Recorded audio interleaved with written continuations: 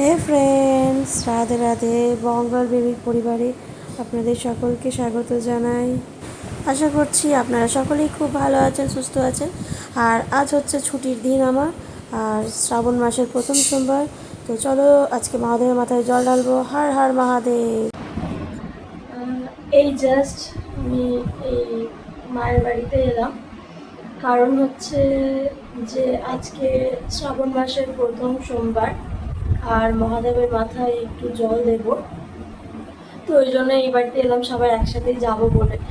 আর রাস্তায় ভিডিও করতে পারিনি, তার কারণ হচ্ছে আজকে প্রচুর জ্যাম, রাস্তার মধ্যে প্রচুর যানবাহন, যার জন্য। আর আমি একা ছিলাম, তো ওই জন্য এক হাতে ভিডিও করতে হবে আর এক হাতে গাড়ি চালাতে হবে, তাই কোনো রিস্ক আমি না নিয়ে এখানে আমি ভাবলাম যে সোজা একদম বাড়িতে গিয়ে ভিডিওটা করব। তো এখন যাব হচ্ছে স্নান করতে, স্নান করে তারপরে শাড়ি টাড়ি পরে তারপরে যাব হচ্ছে মন্দিরে মহাদেবের মাথায় জল ঢালতে। আর আজকে তো সোমবার, তো আপনারা কে কে মহাদেবের মাথায় জল ঢাললেন বা কে কে শ্রাবণ মাস পালন করেন অতি অবশ্যই কিন্তু কমেন্টে জানাতে ভুলবেন না। আর আমি স্নান করে টিপটপ হয়ে রেডি হয়ে নিয়েছি। আর এই শাড়িটা হচ্ছে আমার মায়ের শাড়ি, ব্লাউজটাও মায়ের। তো চলুন মন্দিরে যাব এখন আর আপনাদেরকেও নিয়ে যাই।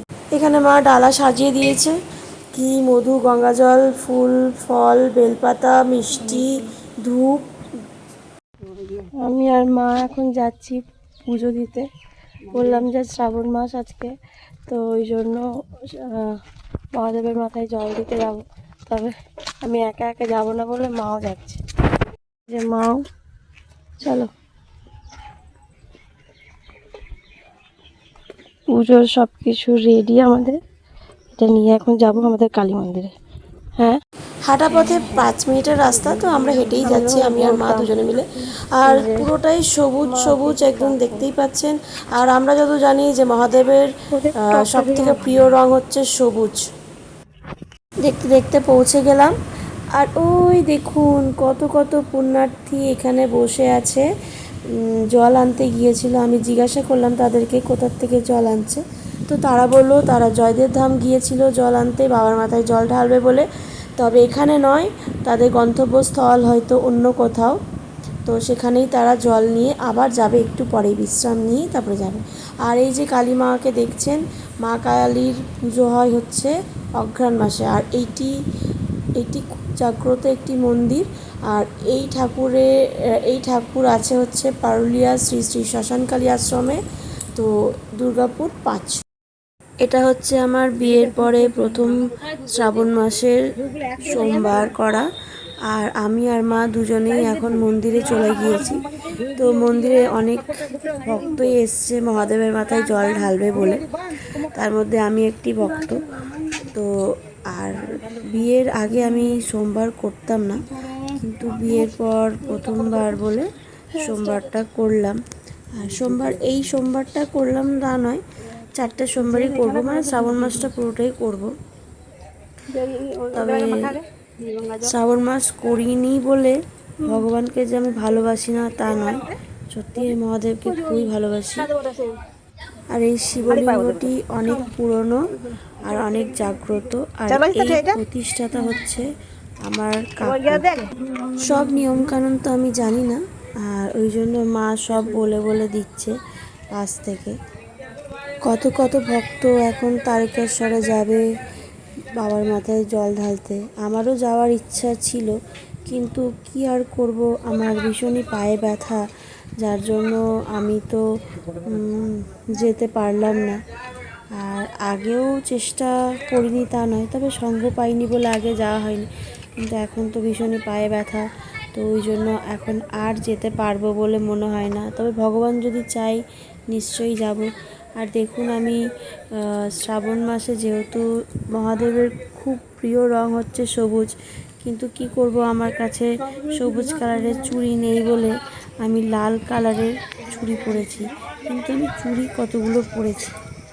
ভগবানের কাছে প্রার্থনা করি যে সকলেই ভালো থাকুক, সুস্থ থাকুক, আর সবার যেন মঙ্গল হয়, এই কামনা করি ভগবানের কাছে, এই কামনা করব সবার জন্যই। পুজো তো প্রায় শেষ হয়ে গেল, এখন পরিদর্শন করে নেবো ভগবানের।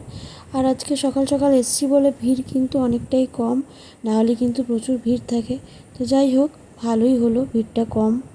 যেহেতু শিব ঠাকুরের সাথে সাথে এখানে মায়েরও মন্দির আছে, তো ওই জন্য আমি এখানে এসে মায়ের সামনেও প্রার্থনা করলাম যাতে সকলেই ভালো থাকে, সুস্থ থাকে। আর ধূপ জ্বালিয়ে এখন ভগবানের সামনে প্রণাম করে তারপরে চলে যাব হচ্ছে বাড়ি।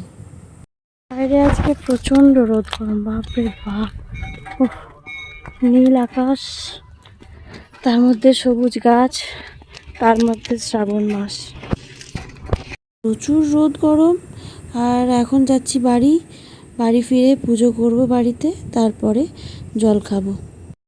মা তো পুজো করেই ছিল, আর আমি এই জাস্ট জল ঢেলে এসে আমি আবার ঘরে একটু মহাদেবের মাথায় জল ঢাললাম আর গানু বাপ্পার প্রসাদ লাগালাম আর শিব ঠাকুরেরও প্রসাদ লাগালাম। আর এই ধূপটা কালকে আমি কিনে নিয়ে এসেছি, খুব সুন্দর গন্ধ। এটা এই যে কাপ ধূপ যেগুলো এখন নতুন বেরিয়েছে, খুব সুন্দর গন্ধ। আপনারাও চাইলে কিন্তু কিনতে পারেন, আমি চন্দনেরটা কিনেছি। আর এই দেখুন, আমার কাছে সবুজ চুড়ি নেই বলে আমি লাল চুড়ি পরেছি। বাইরে এত রোদ গরম, পুরো আমি টায়ার্ড হয়ে গেছি। একটু প্রসাদ খেয়ে নিই এখন। চলুন তাহলে আজকের ভিডিওটা এখানে শেষ করছি, দেখা হচ্ছে পরবর্তী ভিডিওতে। ততক্ষণ ভালো থাকবেন, সুস্থ থাকবেন। আর আমার ভিডিও যদি ভালো লেগে থাকে তাহলে please comment, like and subscribe.